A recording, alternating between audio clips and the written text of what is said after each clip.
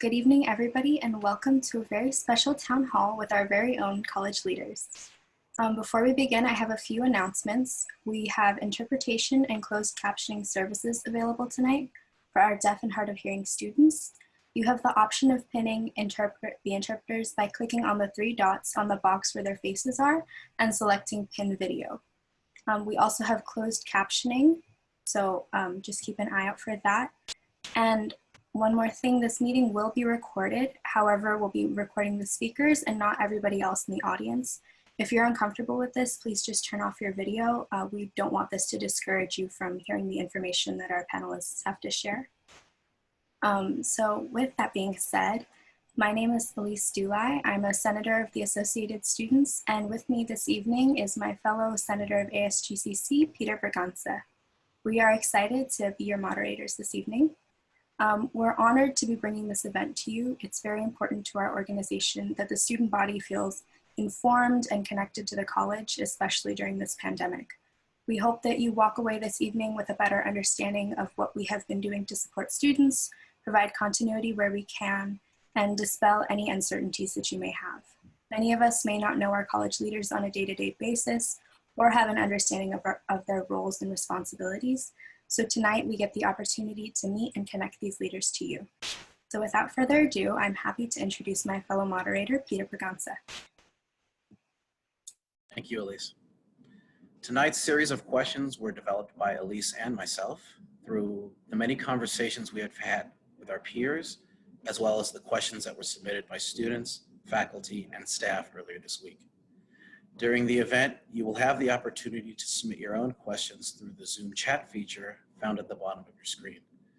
All questions in chat will be sent directly to questions here, and we will do our best to get to as many of those as we can. I am honored to introduce to you the panelists tonight that will be representing the college. First of all, Dr. Viar, the Superintendent and President of Glendale College. Next, we have Dr. Ritterbrown, the Vice President of Instructional Services. Also with us tonight is Dr. Schlossman, the Vice President of Student Services, and Professor Piper Rooney, who is the President of the Academic Senate. So I'd like to start with prepared statements from our panelists before we proceed to question and answers. Keep in mind that even though the question may be directed to an individual, we would like to hear everyone's opinion on this panel because I believe students value all of your opinions. And with no further ado, Dr. Viar. First of all, let me commend our Associated Student Government for its leadership. At all times, ASGC, in my opinion, is one of the finest in the state of California. In my previous position as executive director of the statewide association, I got to know what was going on in all 72 of our districts and observed the many challenges colleges faced with student governments that were not representative of their students, who really weren't focused on the issues that related to serving the students' needs within the mission of the college. And when I came here, I discovered a long history and tradition of ASGC really being about the students, being engaged in college governance, and providing the best advice and counsel possible to those of us in decision-making roles. And so I am pleased to see this town hall tonight, which is a continuation of that history and tradition of an outstanding student government. So it's a pleasure to be with all of you and to answer as many questions as possible and help people understand what we are all going through together as we deal with this pandemic. Pleasure.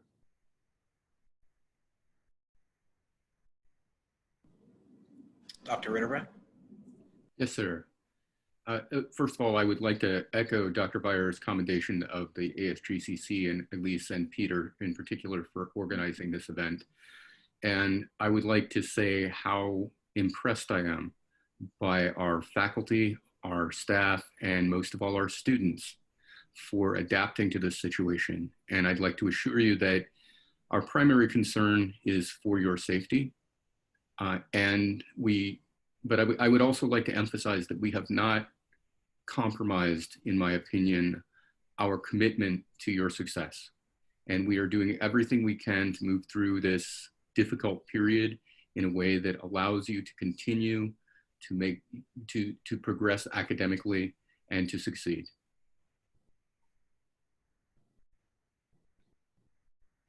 Thank you, Dr. Ritterbrown. Dr. Schlossman?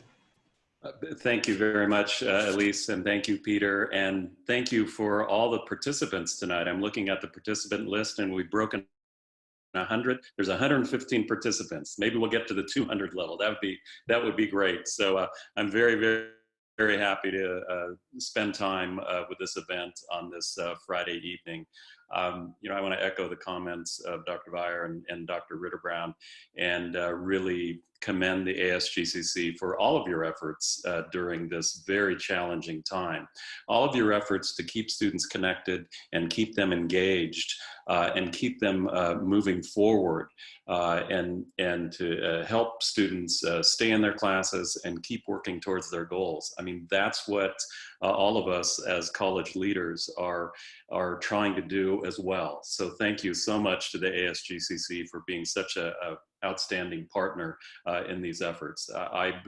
For me on the student services side, I couldn't be more proud of what you have done as student leaders and everything you've done to step up and keep our students connected and informed and engaged. So thank you. And this event tonight is just an example of your ongoing efforts ever since the college, even before the college went into the remote mode as we are now, but certainly since mid-March, since we've been in this environment. So thank you so much for all of your efforts. It's really has been impressive.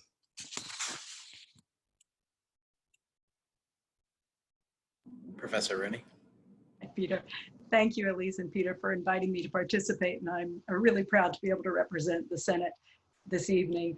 One of the great things about having been the president over the last 3 years, and this is my last week of presidency, has been the opportunity to work more closely with the ASGCC and to recognize more clearly the work that you do on behalf of the students.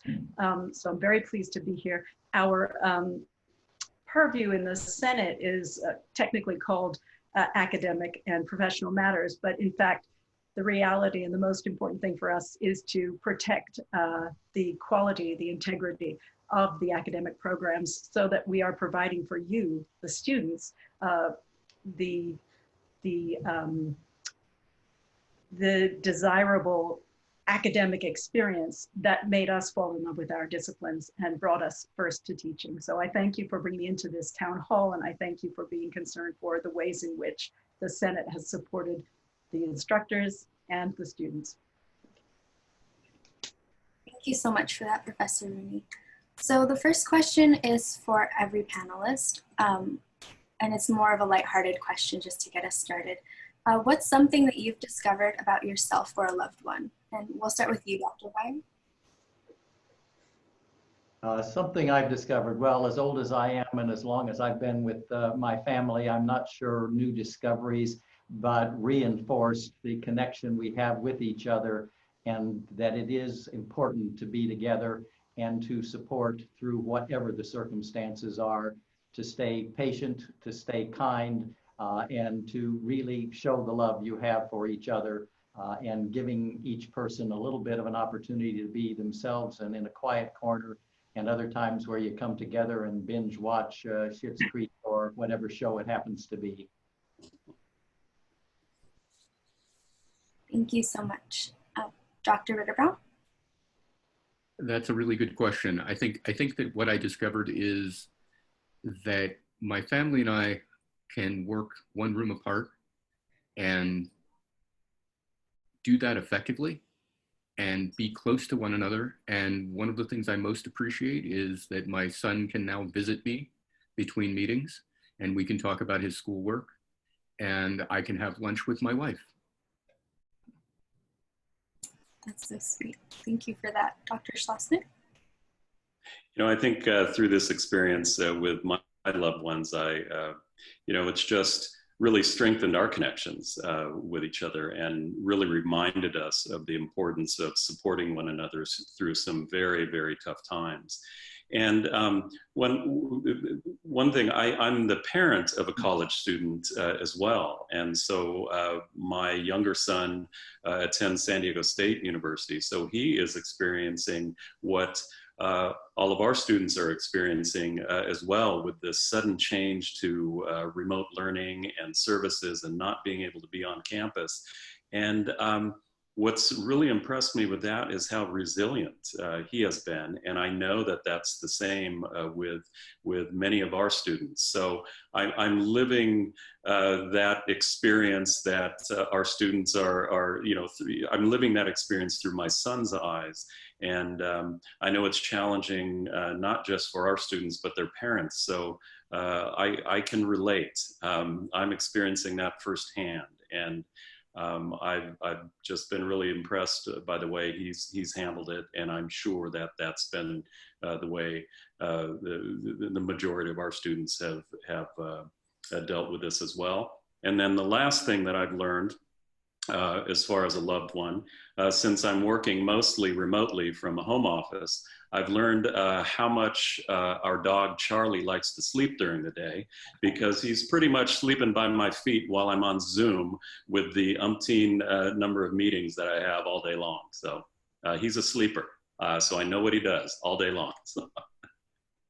I can definitely relate. Dr. Schlossman. Professor Rooney? I too have discovered that about my dog, and I've also discovered karaoke, which you probably already knew about, but it took seclusion for me to discover it, and I'm thrilled.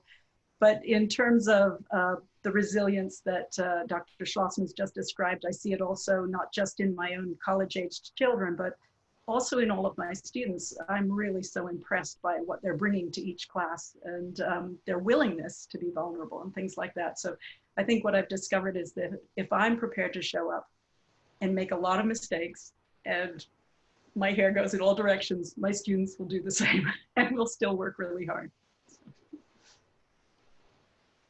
Thank you for sharing. So let me begin with Dr. Viar. And again, everyone, after he's answered this question, feel free to chime in without being prompted. Dr. Viar, how has the pandemic reshaped the college's view on managing uncertainty? The pandemic and the way in which we have addressed it has, for me, reinforced what is strong about Glendale Community College, and shows that no matter what happens, we are adaptable, we are flexible, and we are ready to deal with the issues that we are faced with. A strong governance process and a long history of respect and working with each other has shown that there is great value in that kind of collegiality and working together. So that is something that has been shown to be very strong, and I think shapes our future in saying that do not step back from Glendale Community College having perhaps among the strongest of collegial decision-making processes and involvement of people in the decision-making. Further, the shaping of our future has been affected by our responses, in that the quick response of our faculty members through professional development and support of each other to be prepared to go within 1 week into a domain for which many had not been engaged, the remote environment. And they stepped forward and they supported each other, they learned, and many are now saying, I've learned things through this process that even when we go back into the classroom, I'm going to incorporate into my teaching and the approaches I use. Even if I didn't previously do hybrid kinds of classes, I'm ready to do more of that. Our faculty have been trained in our processes and in the readiness with which we moved to develop professional development support for our faculty as well as our staff, that said we can do more with our teaching outside of the classroom and engaging with the students in different ways. So I think it's shaped us in terms of finding out what we actually can do and what new things we have learned because of the pandemic that will go on for the future in how pedagogy is occurring with our faculty and the learning processes that go on with our students. Thank you, Dr. Viar. The next question is for Dr. Ritterbrown. While student data shows that most instructors have been able to successfully transition to remote learning, what efforts are being made to continue professional and specifically technological development for faculty? Well, I would say I'm very impressed by our faculty and our students' ability to adapt to this environment. And we are continuing to make efforts to help people further adapt and become more skilled where these environments are concerned. We have ongoing efforts for students. We have our Canvas, and I'm trying to think of the exact word, the Canvas development that's available to students from 10 a.m. to 7 p.m. Am I correct, Paul? Yes, Monday through Friday, the live campus help. But specifically, your question relates to faculty. And we had over 40 hours of professional development in the first week that we were in this remote environment. And faculty were able to make that transition. And we have continued to develop more resources for faculty to help them not only adapt to the environment, but become more skilled in the environment and help to transition students not just from, not just to be able to access learning, but to thrive in this learning environment. And I agree with Dr. Viar that I'm very impressed by the efforts of both faculty and students to learn to adapt to this environment and to make it work in ways that were in some ways unexpected and in good ways. We have learned that we can conduct welding in a remote environment, which we never would have thought possible. We've learned that we can conduct labs in remote environments. So we're continuing to help faculty to develop in those ways, and we're continuing to help faculty develop not only in a remote environment, but also to transition to a full distance environment. We'll have 490 opportunities, opportunities for 490 faculty members to become DE certified by fall. So we're really trying to help faculty not only to learn how to just make do in this environment, but to really promote student success in new ways. And I do think that our faculty are discovering that there are exceptional possibilities in a remote environment. And I think we've all learned a great deal from that. Does that answer your question, Elise? Yes, it does. Thank you so much. Dr. Schlossman, how have the programs and services in your area transitioned during the pandemic, and what has been successful? Oh gosh, I mean, I could take the full 2 hours to let you know how we've transitioned and really brag about, you know, the efforts that our faculty and staff and our managers have made to make a very quick transition to the remote service environment. But to answer that more broadly to begin with, you know, our focus has been to remain accessible and keep our connections with students and keep them engaged.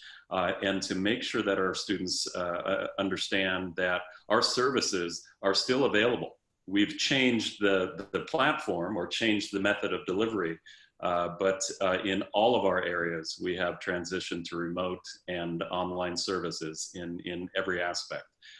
Everything from all of our counseling related services to our student engagement and student activities opportunities. So we, I think, have transitioned very successfully to the remote environment. I think we've built on some things that we already had in place. For example, if you've had a counseling experience through Cranium Cafe, as an example, as Dr. Ritterbrown mentioned, with more faculty being trained or getting the distance education training, We mobilized quickly to get more of our counselors trained with Cranium Cafe as an example. So we've been able to elevate services and access to students in areas like counseling. As far as other areas that are really dependent on document submission, for example, admissions and records, financial aid, and such, how can we make it easier for students to submit their documents? So we have instituted a number of online platforms, Campus Logic through financial aid, for example, a very robust AR docs through admissions and records where students can submit their paperwork.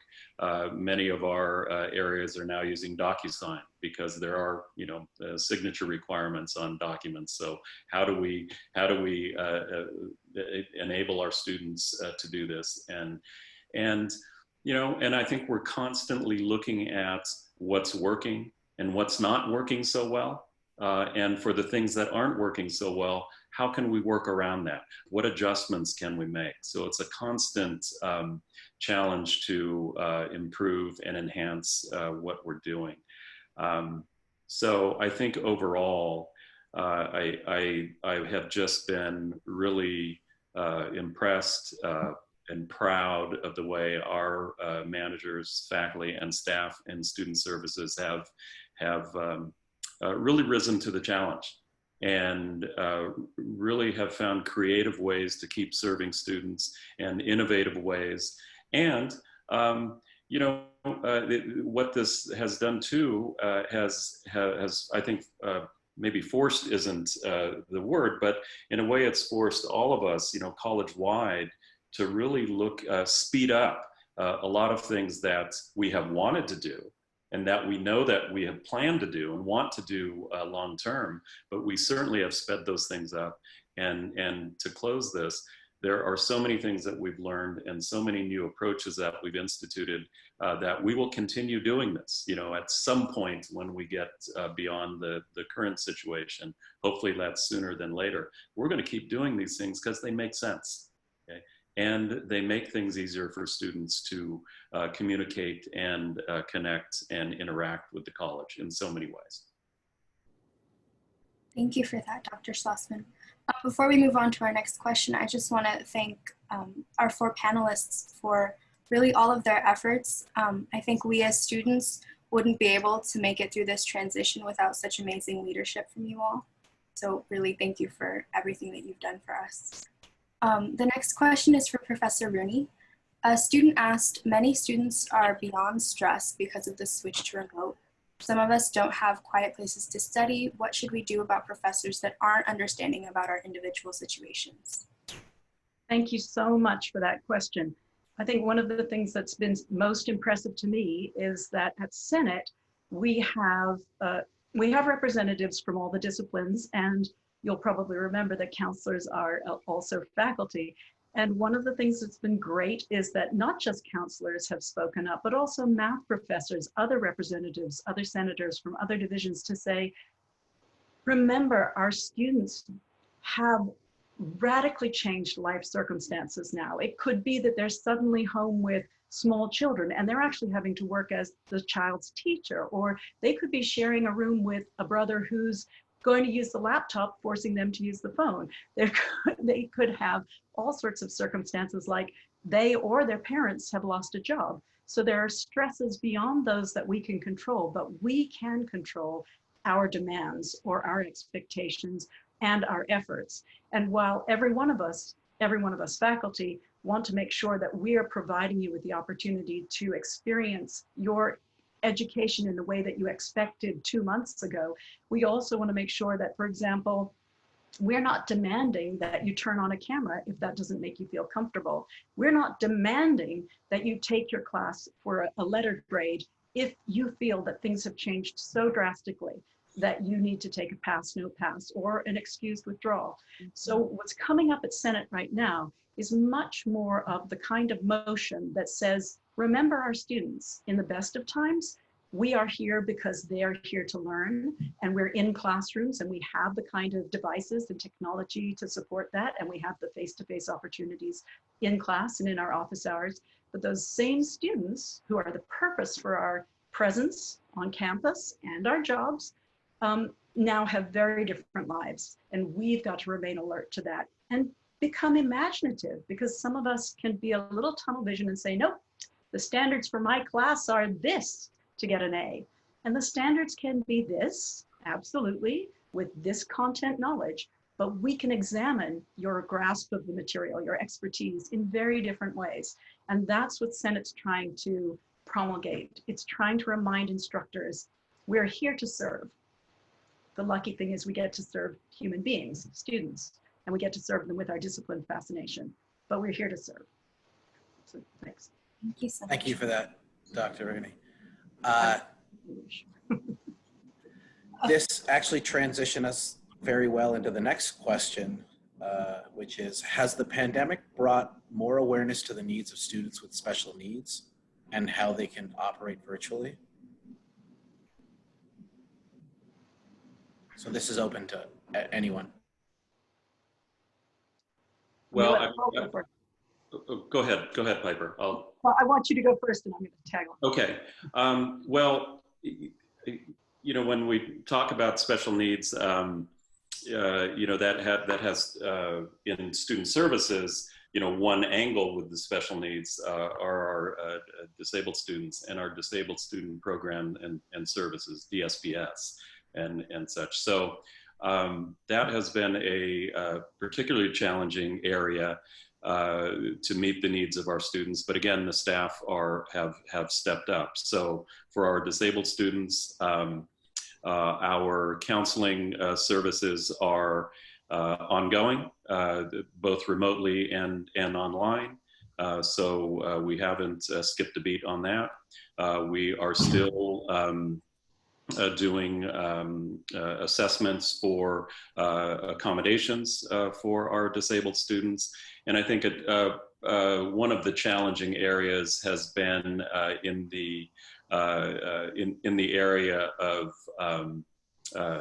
test proctoring and such, which our DSPS staff and faculty are working with our instructional divisions to make that possible. So when you say special needs, that's certainly a population that we pay very close attention to in student services. But other special needs that have come up, well, gosh, we were already formulating plans to help students with basic needs prior to the pandemic.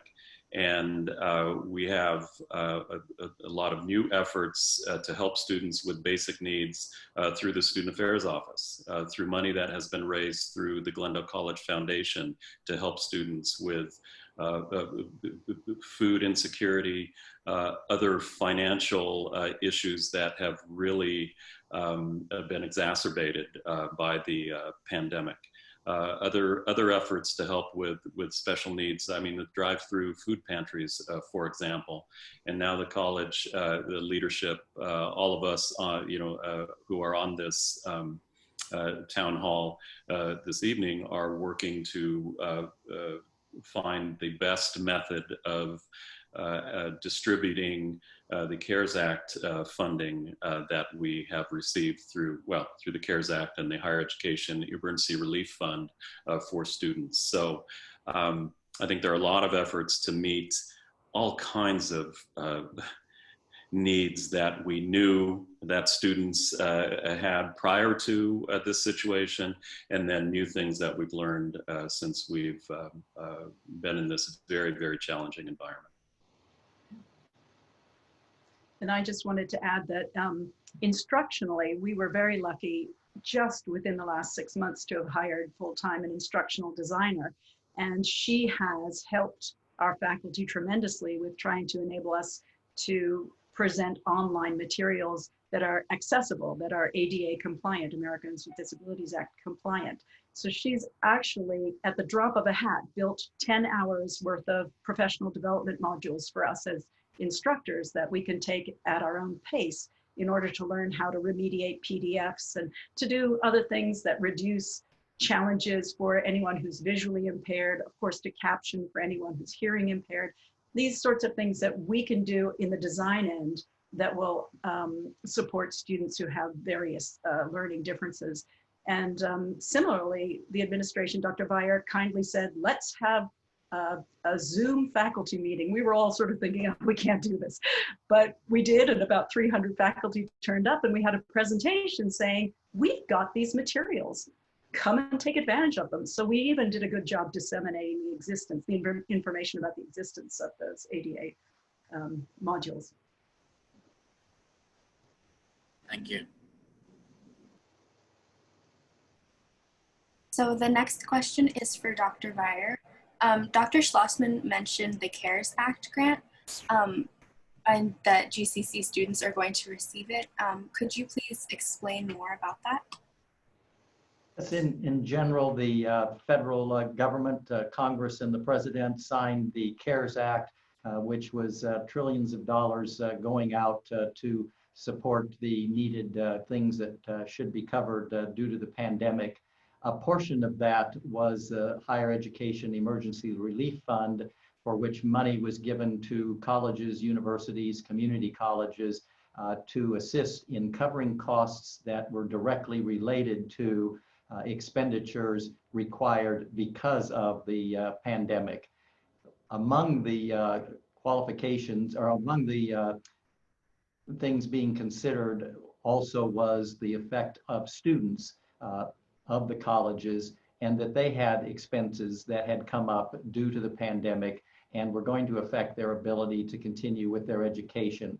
So a complicated formula was put together at the federal level by the Department of Education, and money was divvied up among the higher education institutions.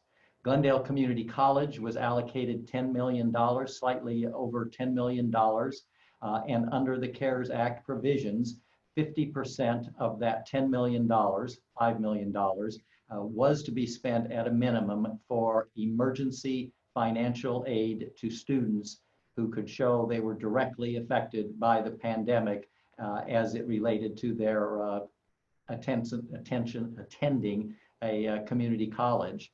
The other $5 million was to be used by the college to cover expenses that, but for the pandemic, would not have been made, such as the purchase of large numbers of Chromebooks and Wi-Fi hotspot devices, and a number of other things that we have loaned to students to help them deal with the lack of technology and access to the Wi-Fi at home.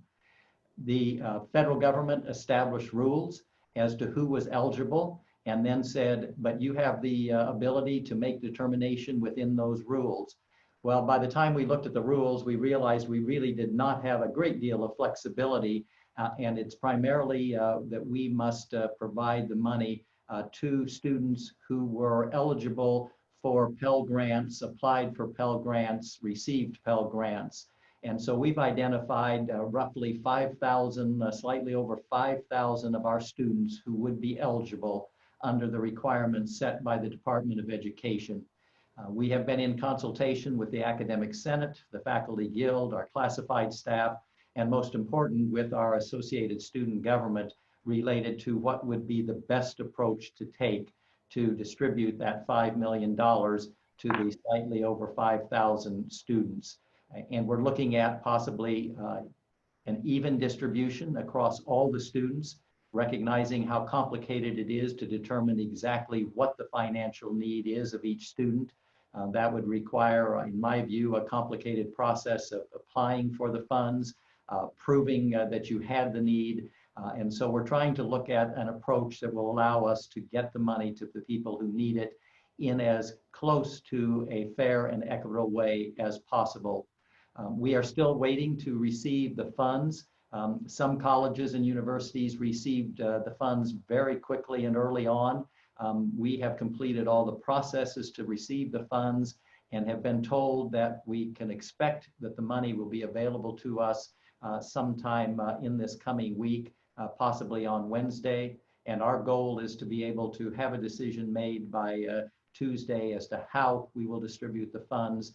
and then quickly put the process in by letting the students know you're eligible, fill out the appropriate form that verifies you have the financial need due to the coronavirus and where you want your check sent. And then we will be sending a check to each of those students, which could range anywhere from $400 to $700, depending on what formula that we finally decide upon. Thank you. Dr. Ritterbrown, you mentioned earlier the technological efforts being made towards lab courses to ensure that curriculum standards are still being met. A nursing student asks, with the nursing resource lab being such an invaluable resource for nursing students where we can get advice and support from staff and hone our skills, do you see instructional labs opening at any capacity, and if so, when? We don't know the answer to that question. And what I would say is that our overriding concern is for the safety of our students and our faculty and our community. So we will take direction from the public health agencies with regard to what might be possible. And we understand the necessity in some cases of face-to-face instruction, and I appreciate that need. But I don't think that we are willing to compromise the safety of our students or faculty or community in order to provide that face-to-face instruction. I would also say that there are a number of innovations at this point that allow students, including nursing students, to access the resources that they need without meeting in person. I just watched yesterday, Wednesday, a chancellor's office broadcast where nursing programs were highlighted, and they were describing how nursing instruction, including the type that you're describing, could be provided online. And we are working with our faculty and our administration to provide whatever resources students need in terms of technology to succeed in their classes. And this would include, as Dr. Viar mentioned, we have, I think, 400 Chromebooks. 200 have already been distributed, 200 more are coming. We have 100 hotspots that have been distributed. We're ordering 100 more. We have webcams. We have piano keyboards that are coming in, and we're going to check out to students so they can use those. And we even have potter's wheels for our ceramics department that we can check out to students. So I think that the efforts of faculty to identify the resources that are needed to help students succeed has been extraordinary. And we're doing everything we can to respond to those needs. And I was at the Garfield campus yesterday distributing Chromebooks. I think we gave out just about 100. And these are checkout. So we're really doing everything we can to meet the needs of students, including things like Labster, which is a demo program for biology and chemistry. And also our science faculty has been extraordinarily innovative. They've been coming in and filming themselves doing experiments and doing everything they can. And I think earlier I referenced welding. Our welding instructor has been conducting classes online. So I think we're really doing our best to adapt to this new environment. And I can't tell you when we will be able to return to some sort of in-person instruction, nor can I tell you what that will look like. I've requested that each division provide a list of classes for which in-person instruction is an overriding need, and a plan for if physical distancing requirements are reduced, how would we present that instruction and what resources would be necessary. So I expect to have we will have those plans by Monday, and I will be meeting with division chairs to discuss those plans. So we are prepared for that contingency, but we are very cautious in terms of compromising the safety of anyone involved. Does that answer your question? Yes, it does. Thank you. Elise? Thank you so much, Dr. Ritterbrown. The next question is for Dr. Schlossman, but if anybody else wants to respond, please go ahead. What support services is the college providing to undocumented or international students, and how is that information being disseminated? For undocumented and international students, okay, let me start with our international students. Our international students program faculty and staff have remained continually engaged with international students. You know, which is this is a scary time for everybody, but particularly our international students who are far from home and separated from family members, obviously to a greater extent than our resident students. But some of the things that our international students program has been doing, we have regular virtual Zoom workshops for our international students. In fact, weekly and bi-weekly, addressing, oh gosh, anything from immigration needs to career and transfer workshops. Are just as with all of our other counseling areas and student services, academic counseling is available online and remotely for all of our international students to keep engaged with their counselors.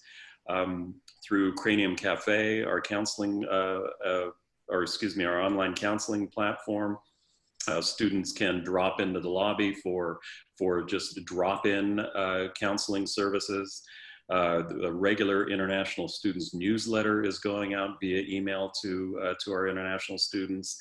Regular surveys from our faculty and staff to assess our international students' needs.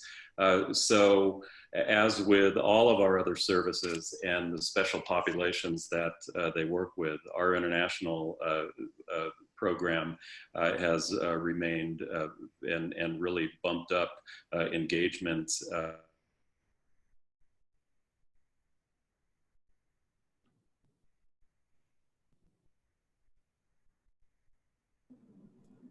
I believe Dr. Schlossman may have froze. Would anyone else like to respond to that question? Well, I think he was heading in the direction of showing all of the services, and it would be the same for the AB 540 students. Our Multicultural Center and the Dream Resource Center have continued their efforts to reach out via the learning community support and through various Zoom conferences and connections. So those services that we are providing across the board to our students are being provided to all of our students, and I'm very proud of that. Thank you, Dr. Viar. Dr. Schlossman, still present. An international student just asked, does the college have a plan to allow international students to go home and attend classes from their country where they think it's safe?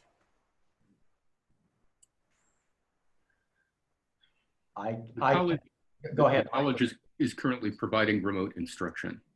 We do not have any requirements on where that remote instruction occurs. So from an instructional perspective, it would not prohibit a student from returning to their home as long as they can participate in the remote instruction. And I'm hoping Dr. Schlossman returns, because I think this international instruction or international students is really his purview. But the challenge for the international students is the recognition that going home and completing the courses with the remote situation, which, as Dr. Ritterbrown pointed out, can be done and certainly could complete the course, but there would be no guarantee that we as a college could make of whether that individual's government or our own government would allow that international student to return to the United States. That is beyond our control, and that is something we would ask our international students who thought about going home. Yes, we can promise you completion if you fulfill all your responsibilities, distance ed, online, remotely, but we can't promise that you can return with the same status that you had that allowed you to come to our great college in the first place. Thank you, Dr. Viar. This question is for Dr. Rooney, or excuse me, Professor Rooney. Studies have shown that the classroom is a symbiotic relationship. In other words, energies feed off each other and contributions spark new conversations. If possible, please share with us feedback from faculty regarding what students can do to enhance the virtual classroom experience. And in that same vein, where do you see room for growth in heightening student engagement in the virtual classroom? Thank you so much. I received the first portion of that question and sent it out on Tuesday evening, surveying, with survey, and 61 faculty at GCC responded. And I did a quick analysis of their responses, and some were a single word. One was participate, and some were multi-sentence paragraphs. And what I found was the words face or faces, camera, all of these plural, video, and see occurred 40 times in all of those answers. The instructors really want to see you. We understand that that's up to you to decide whether or not to turn on your camera, and it's up to you whether or not you want to borrow a device if you don't have one that has a camera, but we want to see you. We love seeing you. We didn't realize perhaps before the pandemic how much we rely on reading your faces, reading your movements, to know whether you're enjoying it, whether you don't understand it, whether you're hoping this class will end sooner than the clock says it will. So seeing your faces, hearing your voices was a major response. Discussion, the word discussion or discuss came up 24 times. Variations on the word participate or participation came up, along with engage, came up 38 times. And then there were some others that came up a little less frequently, but they acknowledged that your bandwidth may have been limited and you can't necessarily always get to the device that has the camera. Maybe that brother of yours insists on monopolizing it for World of Warcraft. But, it was very clear that the predominant feeling was, we miss you, we want to see you. We want to be able to read your faces. We want to hear your voices. And we do want to hear you interacting with your peers, whether that's in breakout rooms or in group activities, or whether it's in a lively simulacrum of a classroom. What we want is to be in your presence. So that was the major desire from faculty. And a lot said, please check your email. A little bit on the pedestrian side, less romantic. But how are we going to sustain that? One of the programs, of course, is what Dr. Ritterbrown has set in place, which is great, which is loaning devices to students who may not have access to them. Another one is that we ourselves as instructors are enjoying and want to learn more about how to create assessments, create discussion boards, and create the kinds of virtual engagement that's going to liven up your experiences and entice you to engage. How are we going to ask those questions so that they don't seem nullifying or as if they're right or wrong answers? How are we going to draw you into the philosophy that underlies each one of our disciplines? And finally, I really hope that one thing that you will do for us is if we send out surveys, please answer them. We want to know what's working for you. We want to know what would make this more exciting for you as students. And there, of course, are as many answers as there are students, but we would love to hear. So that's where we're going with this as instructors. I'm back. Sorry about that. I got disconnected somehow. Welcome back. And a follow-up question, Professor Rooney. What do we do when a professor is not accommodating for the different experiences that we might be having during this difficult time? And that is such a difficult one. And of course, I know that students summon up their courage and contact the professor directly and explain their circumstances. But I think, of course, we always have to have advocates. And as I was saying earlier, I've been very impressed and proud of all the senators for speaking up on behalf of their students. But also, of course, you have the ASGCC, which can be your advocate body. And you have counselors as well who can speak up for you.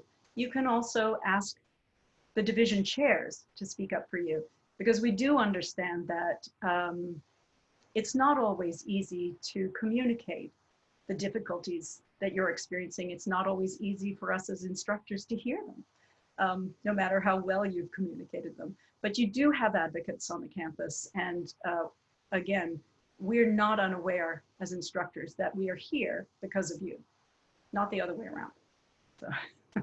And it is important to recognize that all of us in the administration are committed to supporting our students and making sure that they have an environment in which they can succeed. So any of us in the administration are your advocates. Thank you, Professor Rooney and Dr. Ritterbrown. Dr. Viar, this is a question for you. Economist Milton Friedman once said, "Only a crisis, actual or perceived, produces real change. Of the changes that have been made or are being made, what do you see as lasting beyond the pandemic?"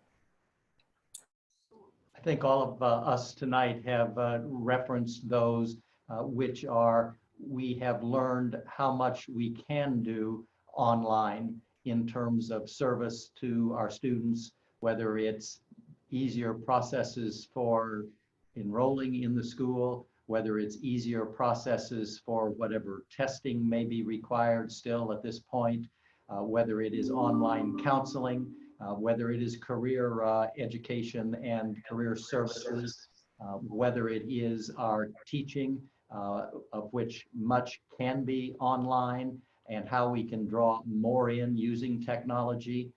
I think we have learned that those things work.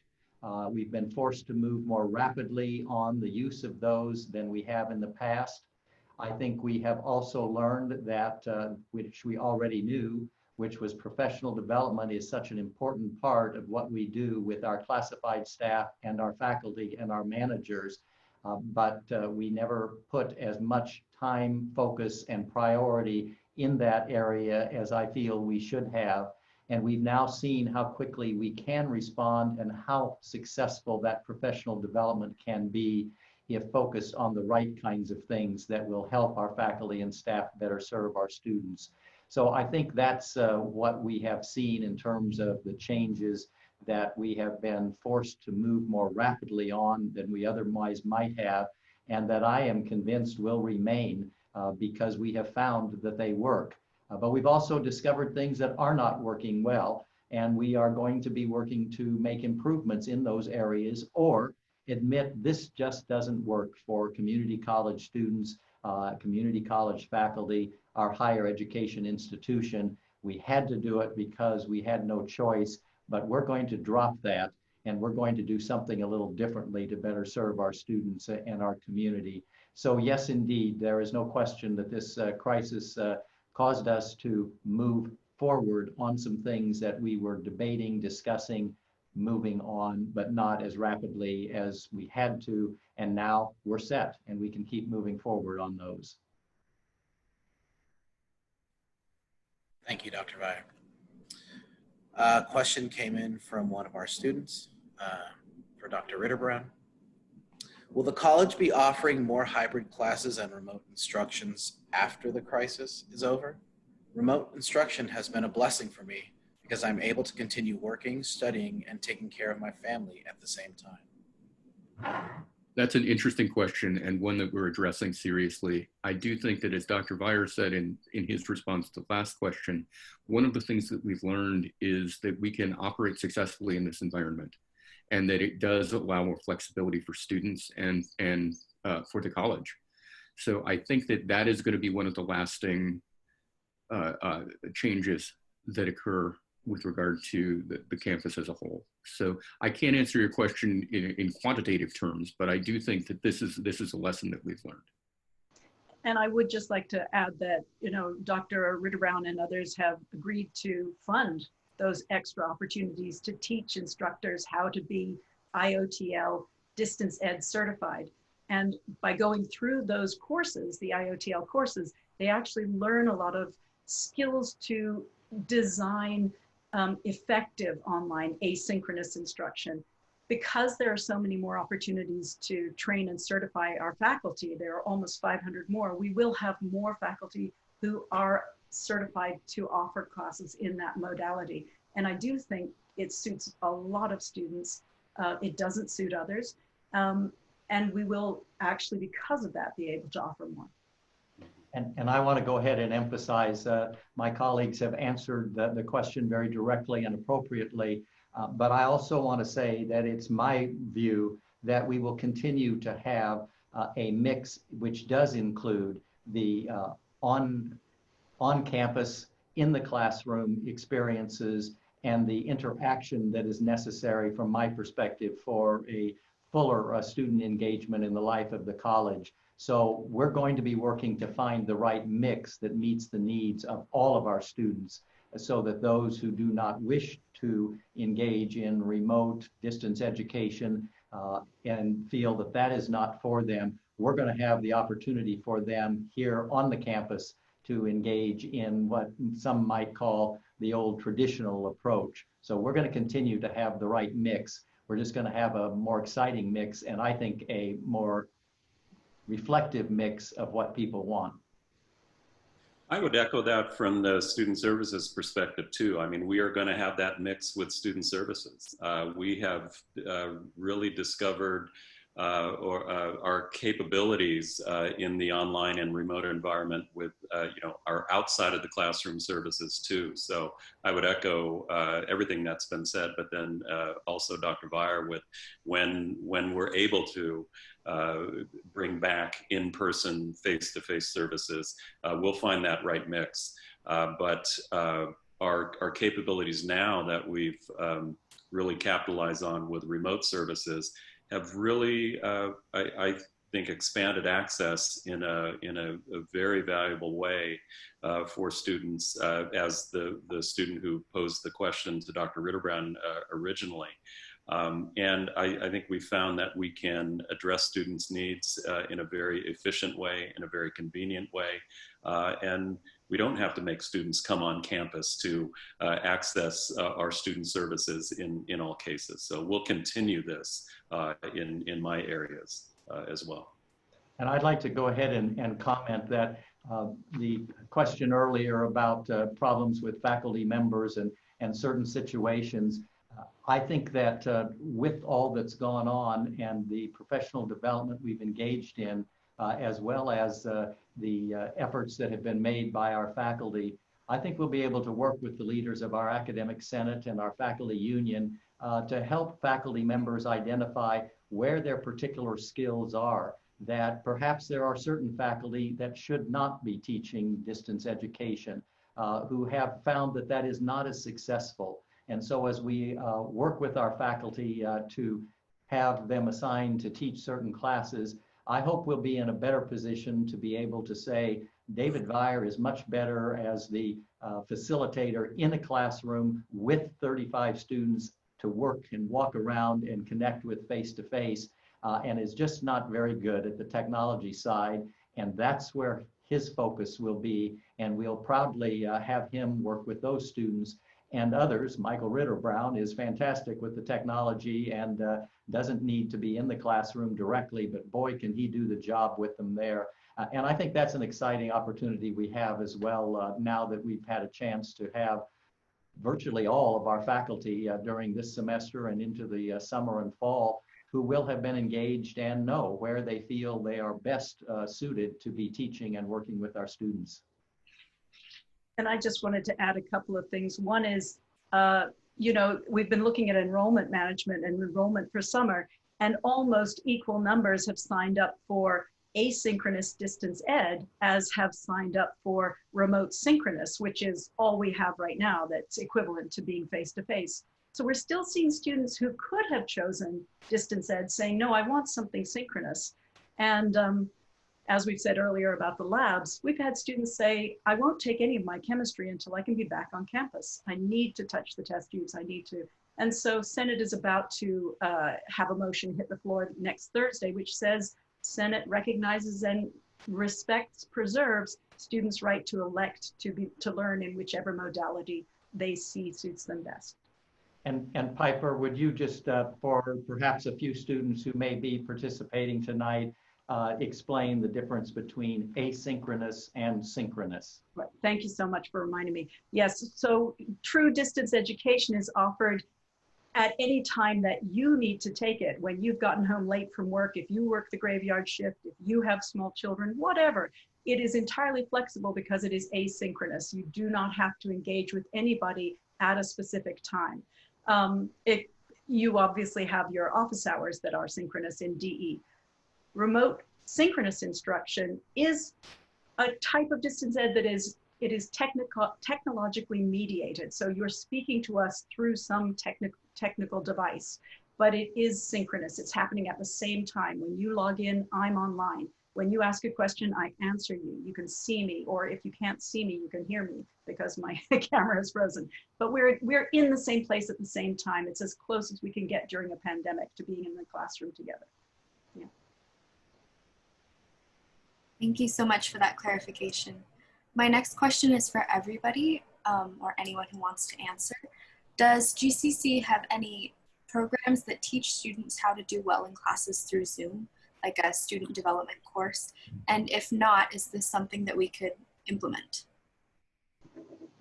Well, we've actually been discussing this for a while, and we do, as I said, we do have student support for Canvas that operates from 10 to 7 every day, 5 days a week.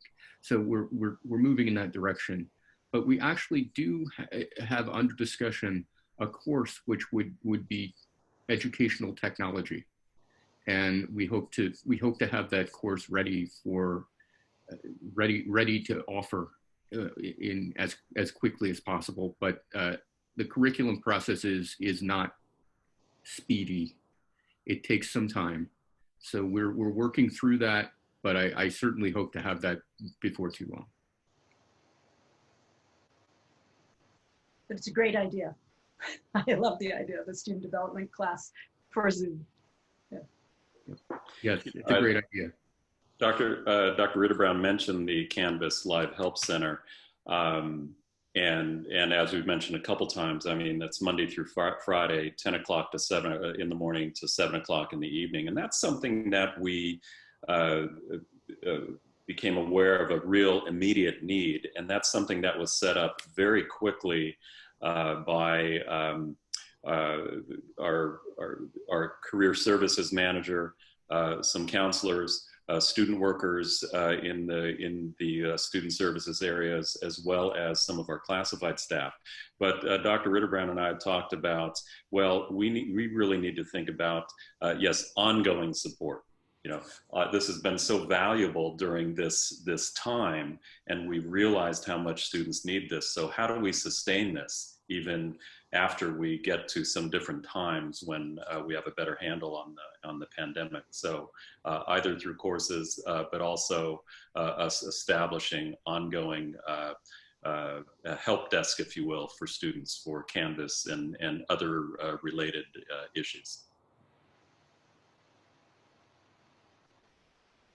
Thank you, Dr. Schlossman. One of the great things about this forum is that it's very informative, but it also provides a very unique opportunity for students to feel connected to the campus. So this question goes to all of you. How have you used this downtime for personal growth? Well, I'll start and let the others think a little bit about that. I would say that there has not been downtime. I don't know that for the students this has created any downtime.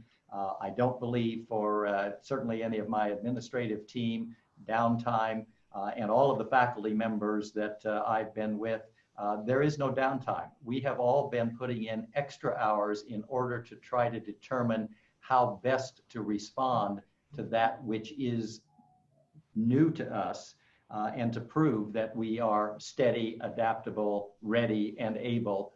And so while I appreciate the question, the downtime isn't there. Now, if you want to talk about what do I do what do I do in my spare time that used to be going to the ArcLight Theater in Hollywood and having lunch and a drink in their restaurant, and sometimes watching 2 movies, or going to the LA Philharmonic on Sunday for my series. Now it's reading a book, It's sitting in the backyard with my wife Jane, watching our 5-year-old granddaughter play in the swimming pool about 10 feet away from us, and watching movies, some of which have been recommended to me by Piper Rooney, for whom we occasionally have discussion. So if you talk about downtime, it's replacing that which we used to be able to do beyond our homes. That's what I've been doing. I had to chuckle a little bit when you said downtime, Peter. I mean, I feel the echo what Dr. Viar is saying.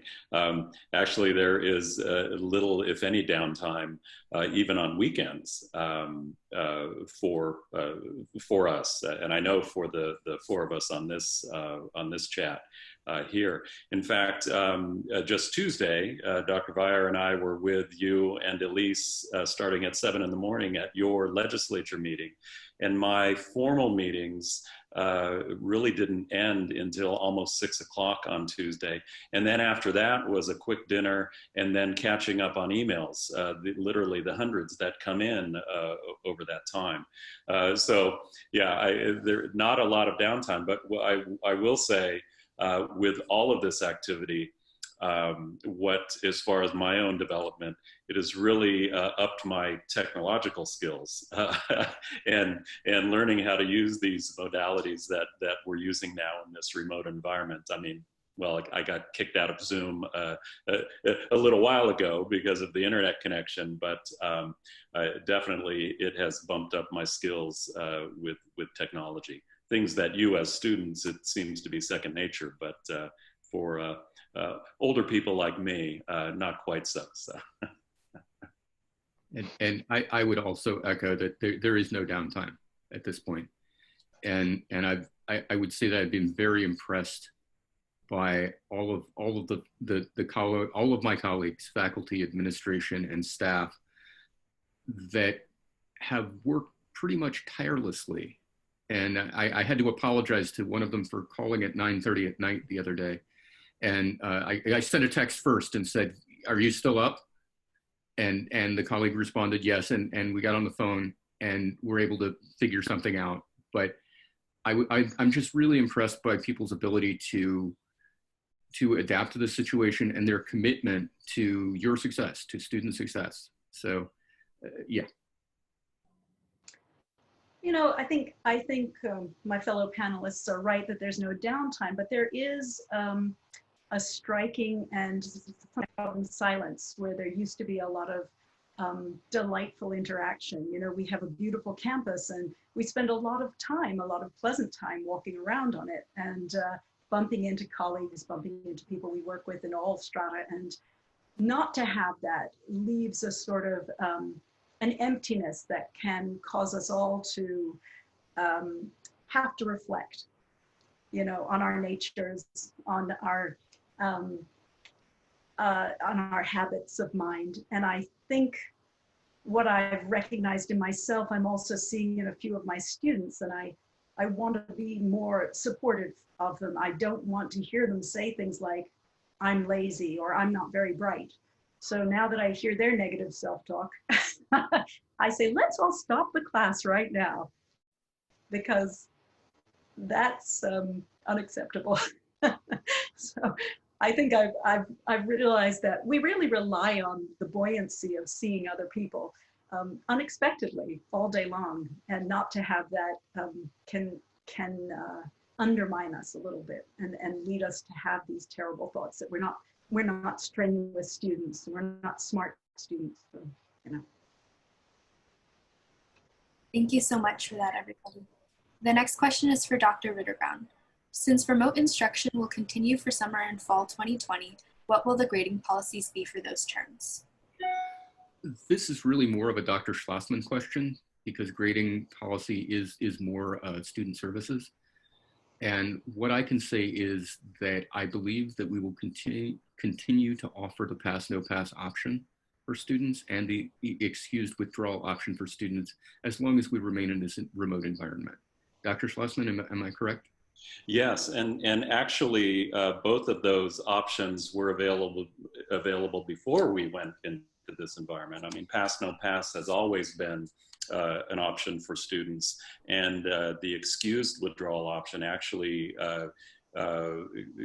started last year through, our state regulations allowed us to do that.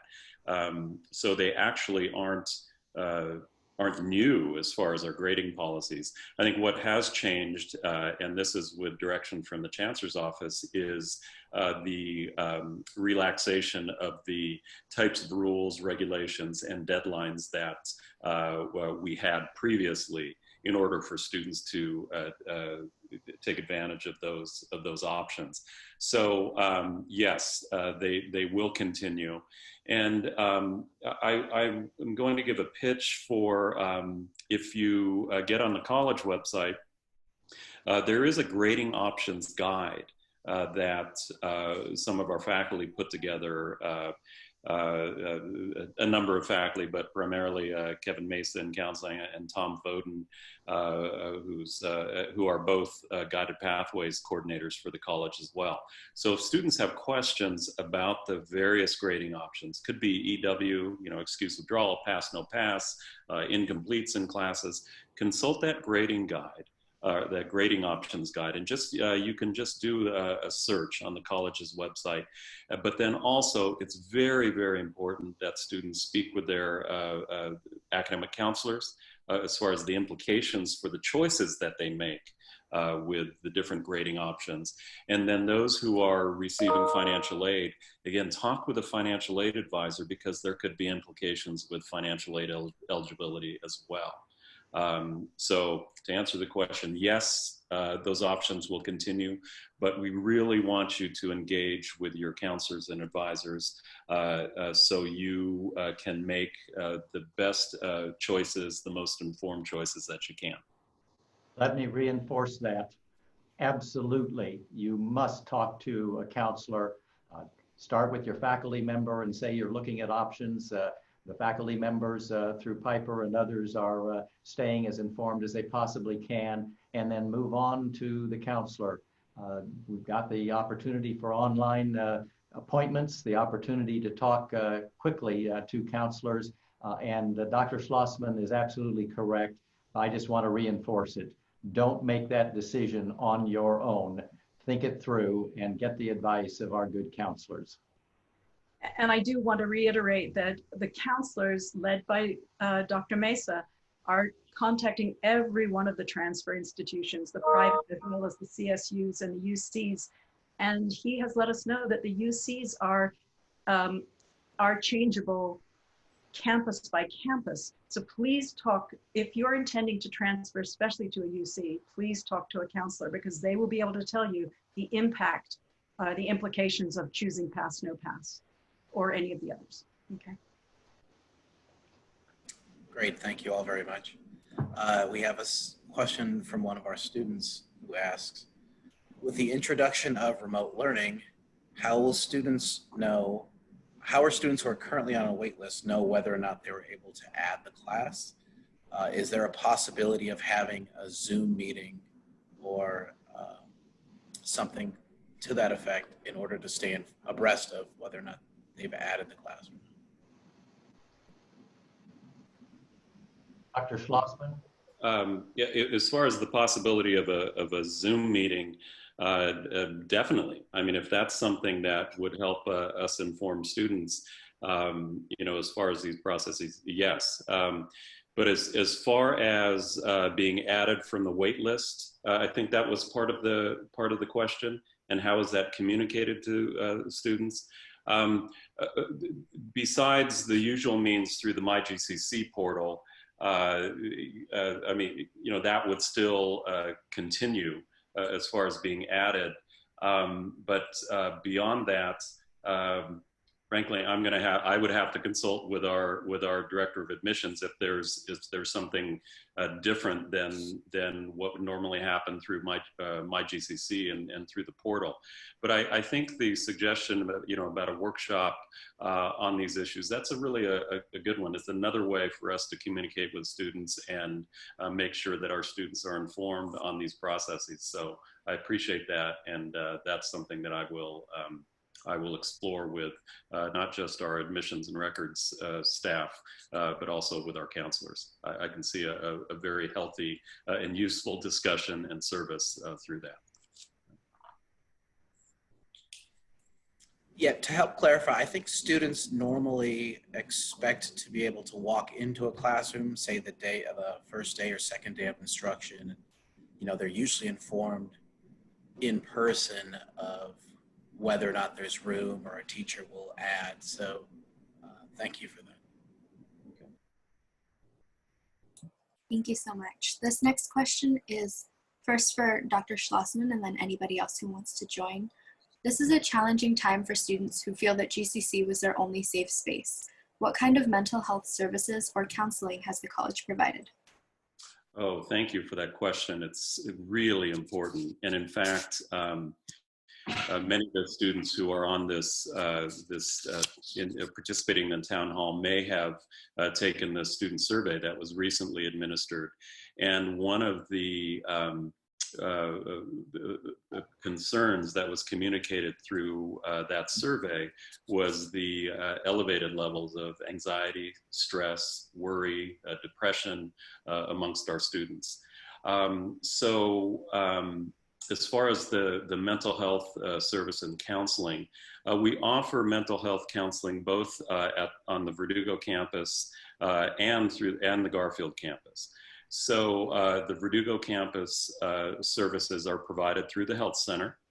So we have a full-time mental health counselor as well as counseling interns who provide remote and online services to students. And those can be accessed and the appointments can be made through the health services website. Also, when you get on the health center website, there are a number of workshop opportunities and support groups that are being offered too. And you'll see on the main page, there is a schedule. So there are group services, or support groups for, it could be first generation college students, as an example, a host of options for students, as well as more general workshops that are provided. And a lot of those have been made possible through a grant that we've received through the Chancellor's Office, specifically for mental health services. On the Garfield campus, we have a full-time mental health counselor as well. And again, just like on the Verdugo campus, appointments can be made through the Garfield campus for online and telephone counseling services too. So I think we are doing our best to respond to the needs, which are very, very heightened and critical during a really difficult time. So please, I would really encourage all of our students to check out the health center, access the Garfield campus website, and make those counseling appointments because they are available. Thank you, Dr. Schlossman. A student asks, I am currently enrolled in a class this summer that is a prerequisite for a class in the fall. I was normally able to contact the department chair in person. What are my alternate ways of getting these prereqs cleared so that I can continue my instruction? Your best option for contacting is to contact both the division chair and the instructor through email.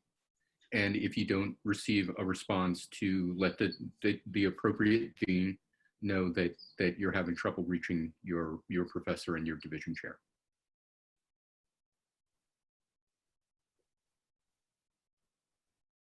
Thank you, Dr. Ritterbrown. A student asked, some teachers, when they created their tests, included the feature to not allow us to go back to a question. I understand that this might be a concern, that they might be concerned with this because we were using outside sources, but I always need to double check my answers before turning it in. What can we do to meet the needs that these students have? I can rephrase that if you would like me to. I think that there's not one answer to that question, but I do think that students need to reach out to their professors first, their division chairs second, their deans third, and me fourth, to ensure that they have the opportunity to succeed as fully as possible. And this seems a reasonable request to me. And I've heard a number of other requests regarding test taking. And I think we're all still trying to adapt. And what I have said to the faculty and the administration is that I believe you, the students, are by and large here to learn, and that academic dishonesty is a relatively rare occurrence, and that we should give students every opportunity to succeed. So I would say that I would engage in discussion with the instructor through the appropriate channels to find out why that requirement was put in place, and if it is a reasonable requirement. And it is important to bring those issues forward. Our deans and our division chairs are thoughtful, caring people trying to do the best they can. And as Professor Rooney pointed out earlier, our academic senate sees itself as advocates on behalf of the students for quality education. And Dr. Ritterbrown, Dr. Schlossman, and myself, when we learn of these concerns, we share them with each other. We share them with the academic senate. And oftentimes it can be just through quiet conversation with a faculty member through the chair, or through a member of the academic senate with that faculty to say, have you considered what effect this has on the student?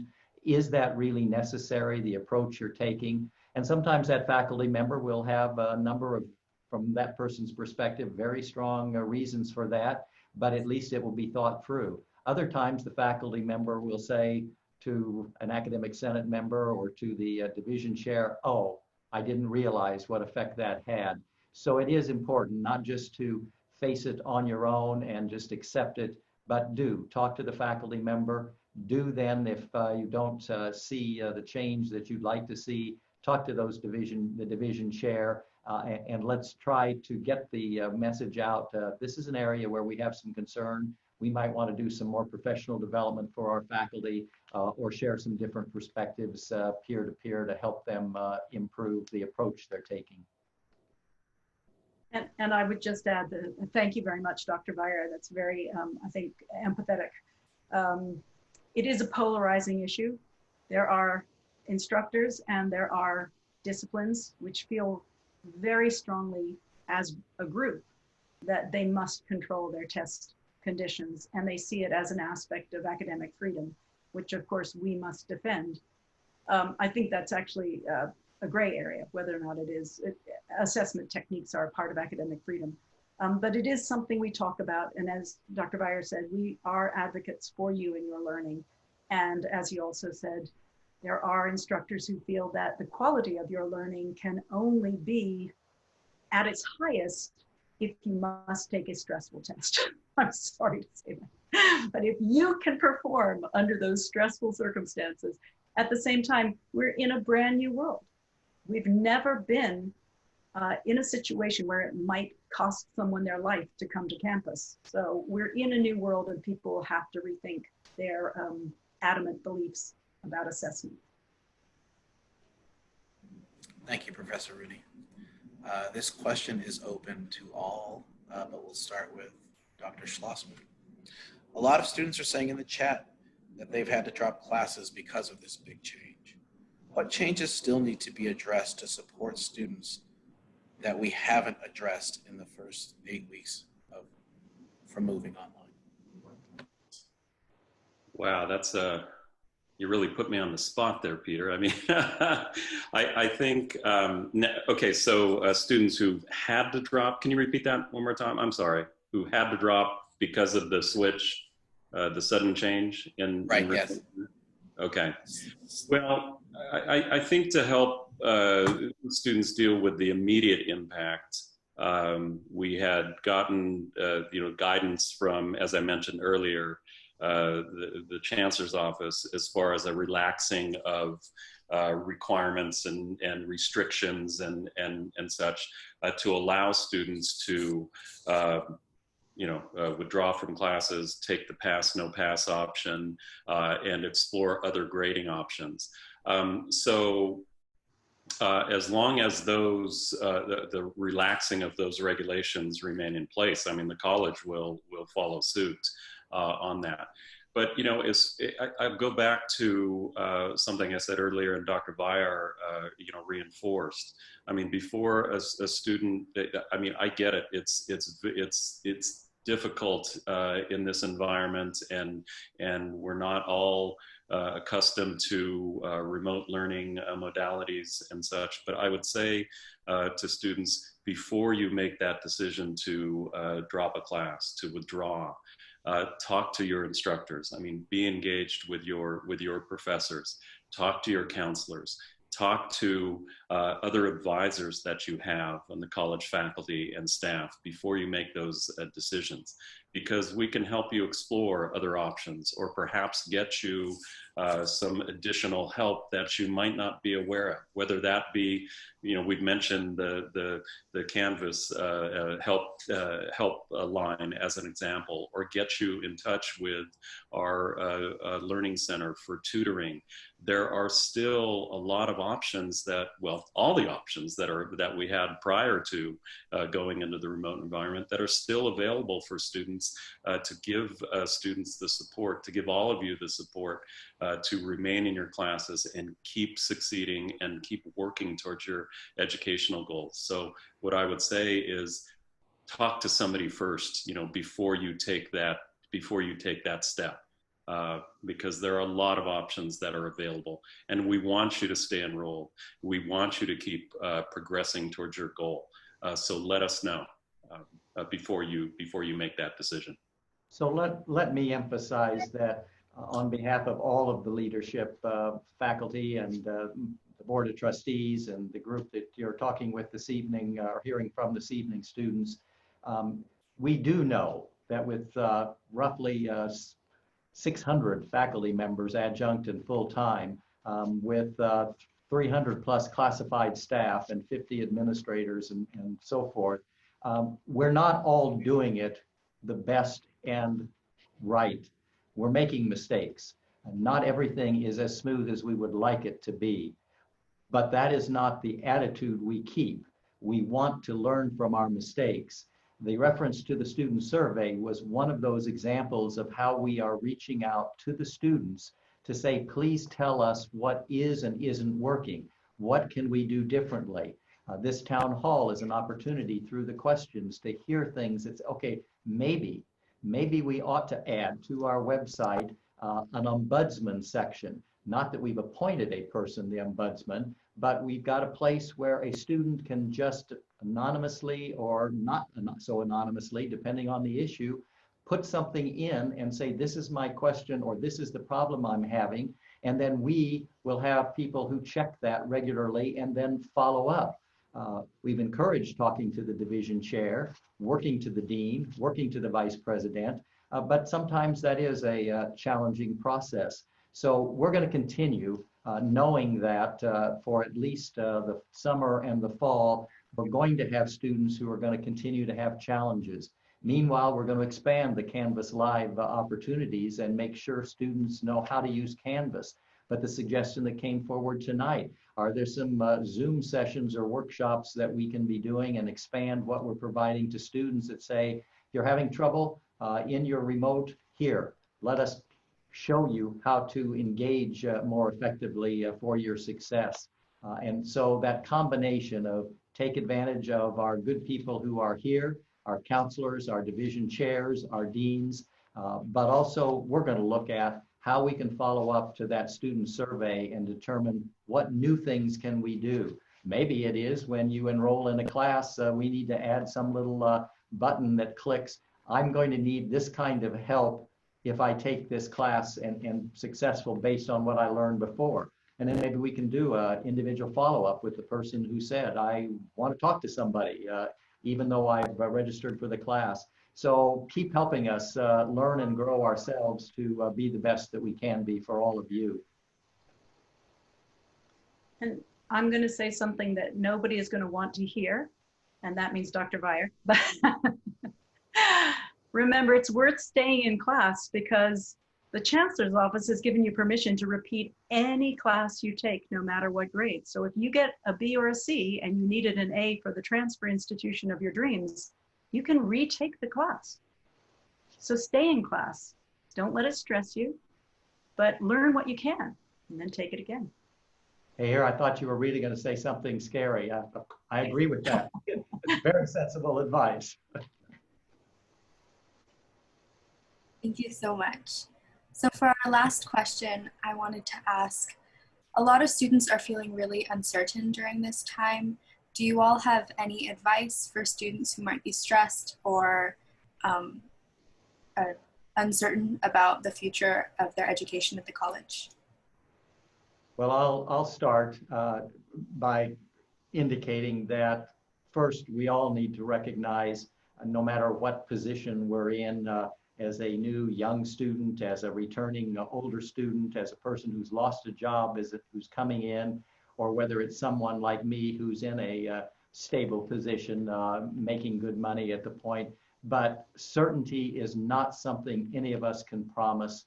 And so I think we do need to accept that there is going to be a lot of uncertainty, but that there are people all around me at Glendale Community College who want to reach out and help you be as successful as you can. We like to emphasize that Glendale Community College has been here since 1927. It's stable. There have been wars fought. There have been depressions. There have been horrible recessions, but the college is stable and it's still here. It is adaptable. We've made changes over the years to reflect the needs of our community and the students who have come in. We are ready, and we've proven that. In a short period of time, we got ready to meet the needs as were required at that particular time. So we really are stable and adaptable and ready and able. And so those who are feeling uncertainty, just know, now I'm going to sound very old and either grandfatherly or fatherly. There have been a lot of things each of our generations have had to go through that have affected their futures and what they thought they were going to do as they got out of high school or as they transitioned out of college. So there really has not been, in my view, a period of great certainty for anyone at any time. Take advantage of that. Be your best. Be prepared for whatever is going to come next. Learn as much as you can at Glendale Community College, which we're going to provide to you. Critical thinking skills, adaptability skills, skills to work with others, skills to understand the world around you. And no matter what the heck happens in our economy and in our country and in our world, we will have given you many of the skills you'll need to deal with that uncertainty and to figure out the next best course for you to take. So that's my advice and response to that question today. And I thank you, Dr. Viar. I think that was well said. And I would just emphasize that we're all feeling stress and uncertainty during these times, and we're all doing our best to work through them. But what I would say to you, to students, is that we are here for you. That's our purpose, to provide a stable educational environment in which you can succeed and gain the skills you need to move on in your life in a successful way. And we remain committed to that. There's been no change in that. So yes, everyone is stressed and and there's a lot of uncertainty. But as Dr. Viar indicated, the college is here, and we are adaptable, and we are succeeding, I believe, in providing educational opportunity. So the overall message is we're here for you, and we will do what we can to help you succeed.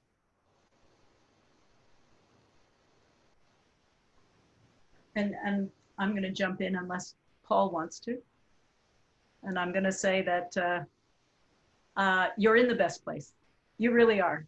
You've probably heard a lot of your contemporaries saying, why would I go to Harvard and spend $50,000 when I'm actually going to be sitting home?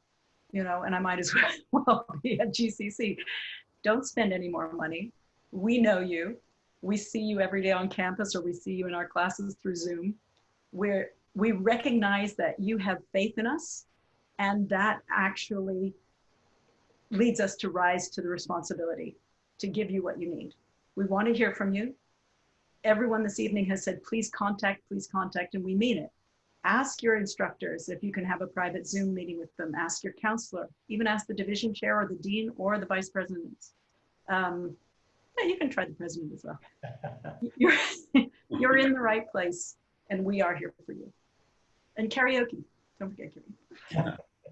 You know what, all I would say is I'm gonna drop the mic for my colleagues, because very well said. I really can't add anything to what's been said already. I mean, it's just spot on. Yes, the college is here. All of our faculty, our staff, our administrators are here, and we want you to succeed, and that's our job. That's our mission. I mean, your success is our mission, and please reach out, stay connected, stay engaged. Thank you all for those wonderful sentiments. I was going to ask for closing remarks, but it seems like this may have just covered it. But I would like to say on behalf of all of our students here that this event was very informative.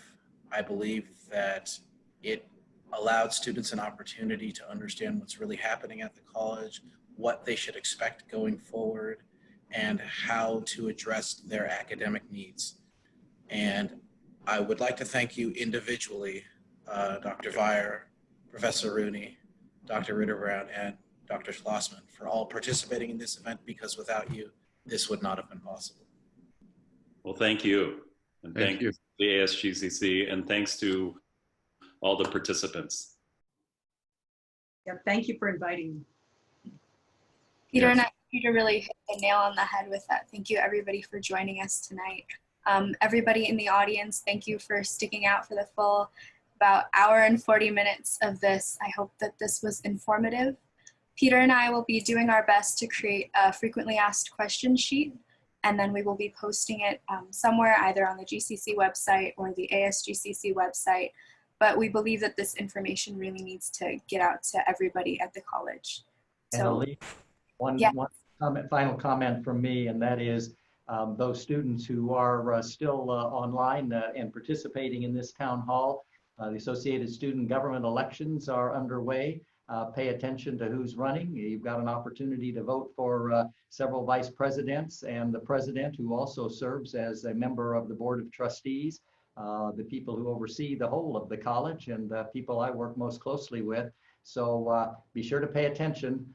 Without a strong student government, we wouldn't have activities like this. We wouldn't have the many student engagement activities on Zoom that you're all getting a chance to participate in. So don't forget those elections for ASGCC.